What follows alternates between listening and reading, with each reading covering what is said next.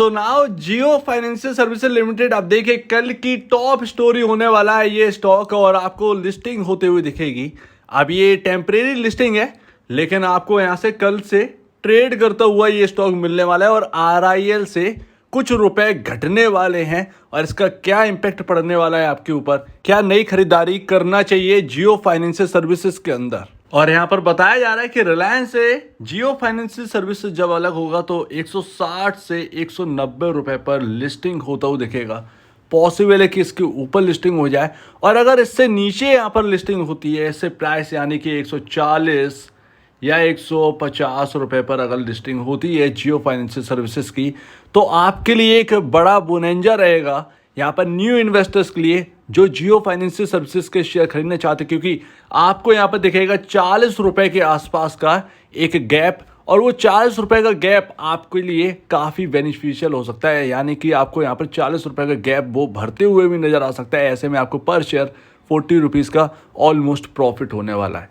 तो अगर यहाँ पर 190 रुपए से काफ़ी नीचे अगर लिस्टिंग होती है तो यहाँ पर आपको वो गैप का यहाँ पर ना बेनिफिट मिलने वाला है। तो इस बात का खासा ध्यान रखिए। और यहाँ पर 5 घंटे पहले बताते हैं एक्सिस सिक्योरिटीज़ की यहाँ पर जो मार्केट कैप है जियो फाइनेंशियल सर्विसेज का, वो 1,08,597 करोड़ का रहने वाला है। यानी कि स्टॉक की वैल्यूएशन 1 लाख करोड़ की ऊपर की आंकी गई है 160 रुपए के भाव से। मान लीजिए 190 रुपए के भाव पर लिस्टिंग अगर हो गई तो फिर ये मार्केट कैप आपका ऑलमोस्ट अगर आप देखें तो 1,20,000 करोड़ के एबव भी होगा। ऐसे में क्या ये स्टॉक बहुत ज़्यादा महंगा हो जाएगा और नए निवेशकों को क्या यहाँ पर सिर्फ और सिर्फ जियो के नाम से खरीद लेना चाहिए। ये बहुत बड़ी बात है कि यहाँ पर एकदम ना आप कूद कर अगर आप खरीद लेंगे और उसमें वैल्यू नहीं है आपके लिए, तो क्या आपको प्रॉफिट मिलेगा? आपके पास सिर्फ शेयर रह जाएंगे, और शेयर का जो आपने नाम देखकर खरीदे हैं उसकी वजह से आपके पास सिर्फ शेयर आपके डीमेट में रह जाएंगे। क्या रिटर्न यहाँ पर बनेगा? ये एक सबसे बड़ी चुनौती है। ये आपको कल ही समझ में आएगा जब जियो फाइनेंशियल सर्विसेज की लिस्टिंग होगी। उसका पी रेशियो कहाँ पर है, उसके यहाँ पर जो वैल्यूशन है उस हिसाब से वो वैल्यूशन ठीक बैठ रही है नहीं बैठ रही है।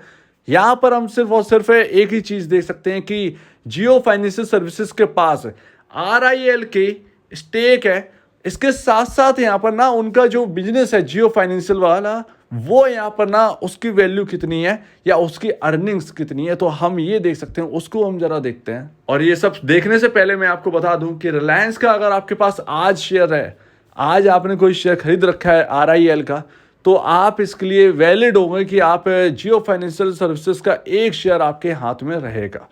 इस बात का ध्यान रखें। कल अगर कोई शेयर खरीदता है तो उसको नहीं मिलेंगी जियो फाइनेंशियल सर्विसेज।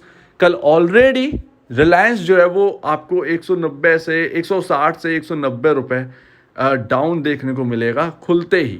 और कल तो यहाँ पर ना प्री ओपनिंग सेशन भी रखा गया है अलग से रिलायंस के लिए, तो वो डिफरेंट रहेगा। तो इस बात का ध्यान रखें। और यहाँ पर मैं आपको बताऊँ कोई भी बड़ा इम्पैक्ट नहीं होने वाला है। हो सकता है कि रिलायंस के अंदर एक सेलिंग भी आए, क्योंकि हमने अभी तक जो तेज़ी देखी वो सिर्फ और सिर्फ जियो फाइनेंशियल सर्विसेज की वजह से तेज़ी देखी है। हो सकता है प्रॉफिट बुकिंग भी आ सकती है इस स्टॉक के अंदर, तो तैयार रहिए। तो अभी जियो फाइनेंशियल सर्विसेज सिर्फ और सिर्फ एक फाइनेंशियल सर्विसेज वाली कंपनी नहीं है, बल्कि एक होल्डिंग कंपनी भी है। और आरआईएल के इस वक्त ये कंपनी होल्ड करेगी 6.1% शेयर।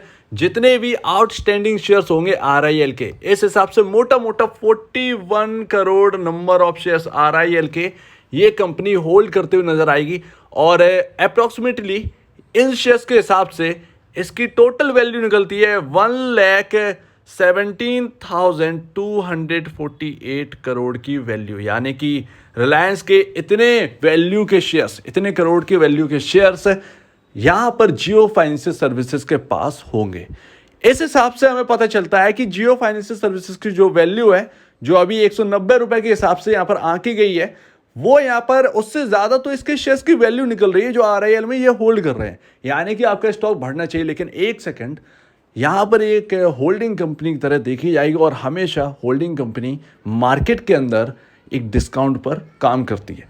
ऑलमोस्ट 15 से 20% का आप डिस्काउंट देखेंगे ही देखेंगे। आपने HDFC लिमिटेड में भी सुना होगा कि एक होल्डिंग कंपनी और 20% का डिस्काउंट है, और मर्ज होने के बाद वो 20% का डिस्काउंट कम होता हुआ नजर आएगा। आपने कई बार ऐसा सुना होगा, सेम टू सेम यहाँ पर भी। तो अभी आपने जियो फाइनेंशियल सर्विसेज को एज अ होल्डिंग कंपनी देखा। अब इसका जो मेन बिजनेस है उस पर आते हैं, जो कि इस कंपनी को स्काई रॉकेट कर देगी, जो कि हम कहते हैं कि बजाज फाइनेंस का एज अ कॉम्पिटिटर यहाँ पर आ चुका है। तो देखिए यहाँ पर ना आपके कई सारे बिजनेसेस इसके अंदर आ जाते हैं जियो फाइनेंशियल सर्विसेज के अंदर। अगर आप देखें तो जियो पेमेंट बैंक, जो कि आपके सामने सब्सिडरी बन सकती है जियो फाइनेंशियल सर्विसेज की, और ये मैं नहीं कह रहा हूं, ये 7 नवंबर 2022 की बिजनेस स्टैंडर्ड में छपी हुई ये न्यूज कह रही, Jio payments likely to become subsidiary of Jio financial services. तो अभी आपके सामने जियो पेमेंट बैंक आपके जियो फाइनेंशियल सर्विसेज की सब्सिडरी बनते हुए आएगी, और इसकी जो कमाई है वो जियो फाइनेंशियल सर्विसेज में ऐड होकर आएगी। इसके साथ साथ हमने देखा कि रिलायंस रिटेल में जो भी प्रोडक्ट आपको इलेक्ट्रॉनिक आइटम मिलेगा या कुछ भी आपको खरीदना है, अगर आपको वो EMI पर खरीदना है तो ये आपको प्रोवाइड करवाएंगे जियो फाइनेंशियल सर्विसेज। यानी कि लोन लैंडिंग का काम, वो सारे काम जो बजाज फाइनेंस करती है एज अ कॉम्पिटिटर, ये भी यहाँ पर करते हुए नजर आएंगे। लेकिन यहाँ पर जियो पेमेंट बैंक की अर्निंग क्या है, क्योंकि हमें सिर्फ होल्डिंग कंपनी अभी तक जो हमको देखने को मिल रही है, जियो फाइनेंशियल सर्विसेज की जो वैल्यूएशन है वो सिर्फ और सिर्फ RIL की स्टेक की वैल्यू मिल रही है। यानी कि एज अ होल्डिंग कंपनी ही पूरी वैल्यू यहाँ पर देखने को मिल रही है।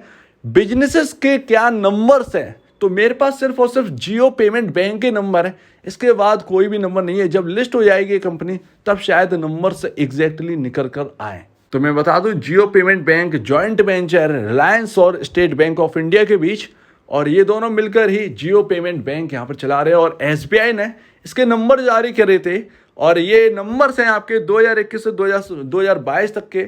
और यहाँ पर आपके सामने नंबर्स जो है ना, वो टोटल इनकम ये बता रही है कि 2020 से 2021 के कंपैरिजन टोटल इनकम गिर चुकी है।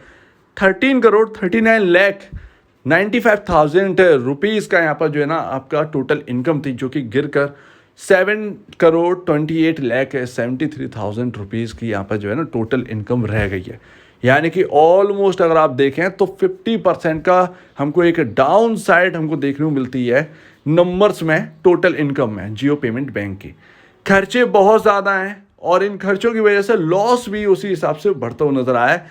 10 करोड़ ऑलमोस्ट मोटा मोटा अगर आप देखें तो यहाँ पर 14 करोड़ रुपीस का 2021 से 2022 में लॉस होते नजर आए। यानी कि जियो पेमेंट बैंक 2021 से 2022 के हिसाब से आपकी एक लॉस मेकिंग कंपनी है। 2022 से 2023 के नंबर्स अभी इंटरनेट पर नहीं मिले हैं, SBI की तरफ से भी कोई नोटिफिकेशन अभी नहीं मिला है। आ गया होगा तो पता नहीं, लेकिन मुझे अभी नहीं मिला है। तो ये रहे, जियो पेमेंट बैंक अभी एक लॉस मेकिंग कंपनी है, सॉरी एक लॉस मेकिंग सब्सिडरी है, जो कि यहाँ पर ना आपके नंबर आपके सामने रखे हुए। तो इन नंबर्स के बिहाफ पर आपकी वैल्यूएशंस स्काई रॉकेट होते हुए नहीं दिखेंगी। यानी कि अभी RIL का जो स्टॉक है डीमर्ज हो रहा है जियो फाइनेंशियल सर्विसेज, अभी इसमें सिर्फ जो सिर्फ और सिर्फ वैल्यू है वो आपके RIL की स्टेक की है। आपकी जो मेन बिजनेस है उसकी अभी वैल्यू नहीं ऐड हुई है, और लगता है कि उसके अंदर अभी बहुत टाइम बढ़ने वाला है, बहुत टाइम लगने वाला है इस बिजनेस को स्टैंड करने में।